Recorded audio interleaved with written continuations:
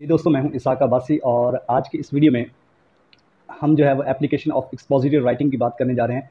Application means के expositive writing जो है वो कहाँ पर हम लागू कर सकते हैं, कौन कौन से शोबे जाते हैं जहाँ पर एक्सपोजिटिव राइटिंग का जो है वो यूज़ किया जा सकता है, या हम इसको यूँ कह सकते हैं कि जो एकेडमिक जो कि एक्सपोजिटिव राइटिंग है इसका किन किन फील्ड में इस्तेमाल किया जा सकता है।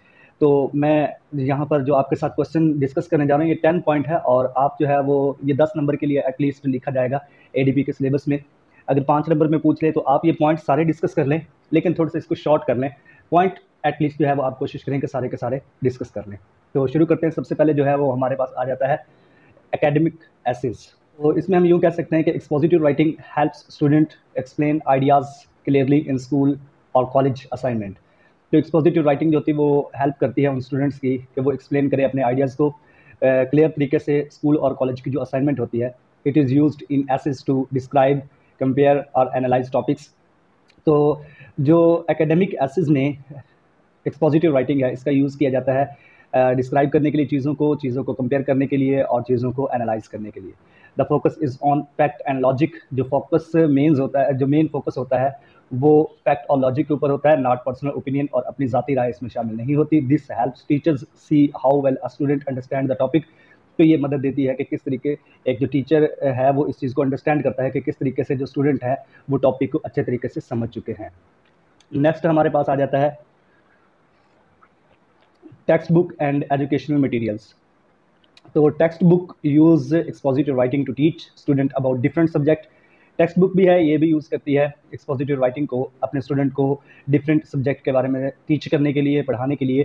They provide clear explanations. Text book में जो प्रोवाइड की जाती है हमें वो क्लियर एक्सप्लेनेशन प्रोवाइड की जाती है। इसके अलावा एग्जाम्पल्स जो होती हैं वो क्लियर होती हैं, एंड डेफिनेशंस भी क्लियर तरीके से एक्सपोजिटिव राइटिंग का यूज़ करके हमें बताई जाती हैं।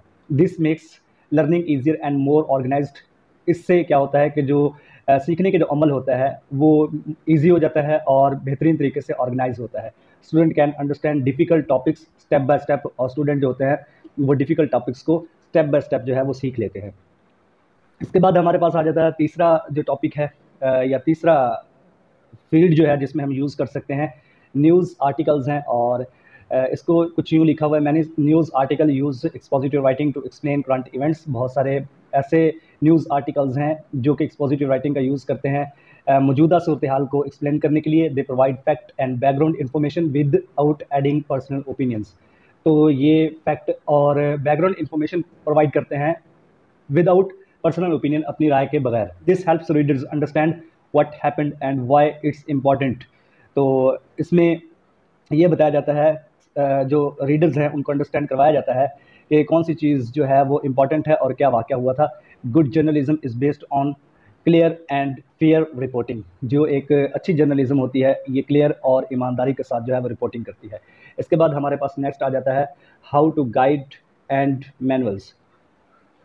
तो इसमें कुछ यूँ है कि these explains how to do something in step by step way. इसमें ये बताया जाता है कि किस तरीके से चीज़ों को स्टेप बाय स्टेप जो है वो सीखा जाता है। Recipes uses guides. रेसिपीज़ कुछ ऐसी होती हैं जो कि यूज़र यानी इस्तेमाल करने वालों को गाइड करती है। DIY ट्यूटोरियल जो है ये एग्जांपल्स हैं। इसके अलावा जो है the language is clear and direct. इसमें जो लैंग्वेज होती है वो बिल्कुल क्लियर, वाज़ेह होती है और डायरेक्ट, बराह रास्त होती है, यानी घुमा फिरा के बात नहीं की जाती। So anyone can follow the steps, और कोई भी शख्स जो है वो ईजिली इन स्टेप्स को फॉलो कर सकता है। Expository writing makes instructions easy to understand and follow. Expository writing जो है वो इंस्ट्रक्शंस को बिल्कुल ईजी कर देती है ताकि चीज़ों को समझा जा सके और फॉलो किया जा सके। फिर उसके बाद हमारे पास आ जाता है साइंटिफिक रिपोर्ट्स। साइंटिफिक रिपोर्ट्स में क्या, this writing style to explain their experiment and result. जो साइंटिफिक जो होती है इसमें एक्सपोजिटिव राइटिंग स्टाइल का यूज़ किया जाता है ताकि एक्सपेरिमेंट और रिजल्ट्स को जो है वो एक्सप्लेन किया जा सके। It shows what they did. इसमें ये बताया जाता है, ये दिखाया जाता है कि उन्होंने क्या किया है, यानी साइंटिफिक किस चीज़ के ऊपर जो है वो तजर्बा किया है।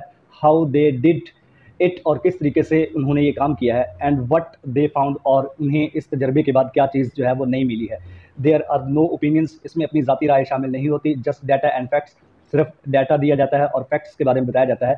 This helps other trust and repeat the research. इसमें जो है ये मदद देती है दूसरे ट्रस्ट के ऊपर से, और सिर्फ रिसर्च को दोबारा रिपीट किया जाता है।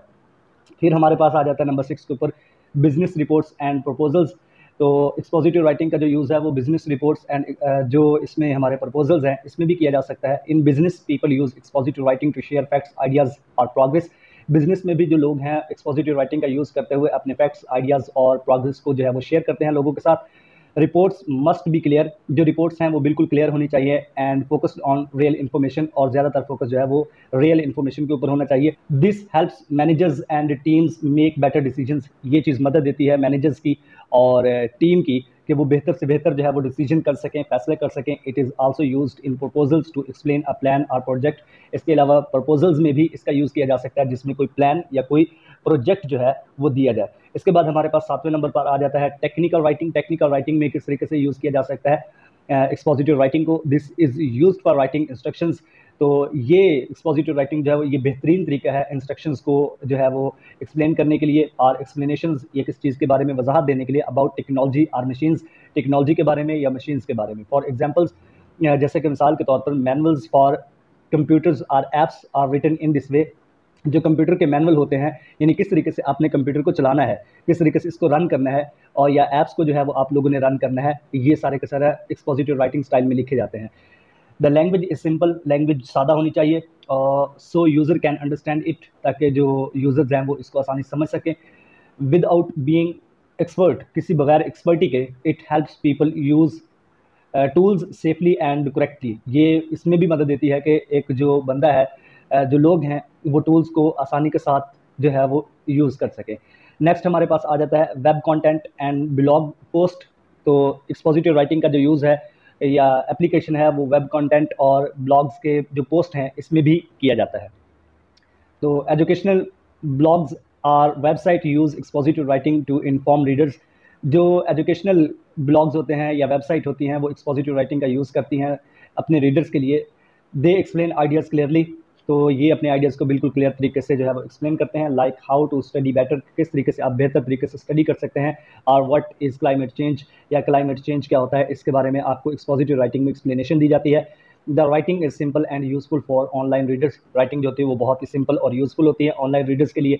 It helps people learn new things easily, और ये मदद देती है लोगों की कि नई चीज़ों को वो आसानी के साथ सीख।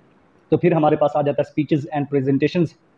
तो स्पीचेस एंड प्रेजेंटेशंस में भी जो है वो एक्सपोजिटिव राइटिंग का यूज़ किया जाता है। Teachers, trainers, speakers use this style to explain topics in talks. तो टीचर्स हो गए और जो ट्रेनर्स होते हैं या स्पीकर्स हो गए, जो मोटिवेशनल स्पीकर्स होते हैं, वो स्टाइल को जो है वो टॉपिक्स या टॉक को जो है वो एक्सप्लेन करने के लिए यूज़ करते हैं। दे गिव फैक्ट, डेफिनेशंस और process in a way that is easy to follow. तो ये अपने फैक्ट्स, अपनी डेफिनेशंस और किसी अमल का जो प्रोसेस है वो बिल्कुल सादा तरीके से बताते हैं ताकि उनको फॉलो किया जा सके। Expository speeches do not try to persuade. Expository जो स्पीच होती है इसका मकसद ये नहीं होता कि आप किसी को कायल करें, दे जस्ट इन्फॉर्म। इनका मकसद सिर्फ इन्फॉर्म करना होता है। This helps audience understand a topic clearly. ये मदद देती है ऑडियंस के लिए कि वो टॉपिक को अच्छे तरीके से, क्लियर तरीके से जो है वो अंडरस्टैंड कर सके।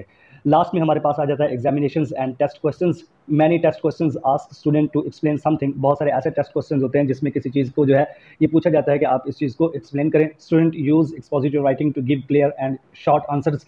तो स्टूडेंट जो हैं वो एक्सपोजिटिव राइटिंग का यूज़ करते हैं क्लियर और शॉर्ट आंसर देने के लिए। It shows that they know, ये चीज़ वजाहत देती है कि वो ये जानते हैं इन अ सिंपल एंड ऑर्गेनाइज्ड वे, कि वो अपने आंसर्स को सिंपल और ऑर्गेनाइज्ड वे में जो है वो एक्सप्लेन कर सकते हैं। Teachers can then check understanding more easily, और जो टीचर्स हैं वो भी इन चीज़ों को आसानी के साथ जो है वो अंडरस्टैंड कर सकते हैं।